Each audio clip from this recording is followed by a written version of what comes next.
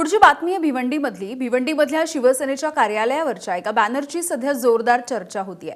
शिवसेनेच्या कार्यालयावरील बॅनरवरती उपमुख्यमंत्री एकनाथ शिंदे आणि शरद पवार यांच्या राष्ट्रवादीचे खासदार सुरेश म्हात्रे यांचे फोटो एकत्र लावण्यात आले। बॅनरवरती श्रीकांत शिंदेंचा देखील फोटो लावण्यात आलाय।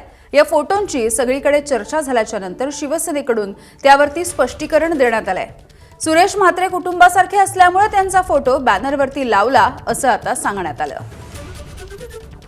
सुरेश म्हात्रे उर्फ बाळ्यामामा हे आमचे फॅमिली मेंबर पण आहेत आणि आमचे आधारस्तंभ पण आहेत। लहानपणापासून मी त्यांच्याकडे असल्यामुळे आणि ते आम्ही एकाच पक्षात होतो।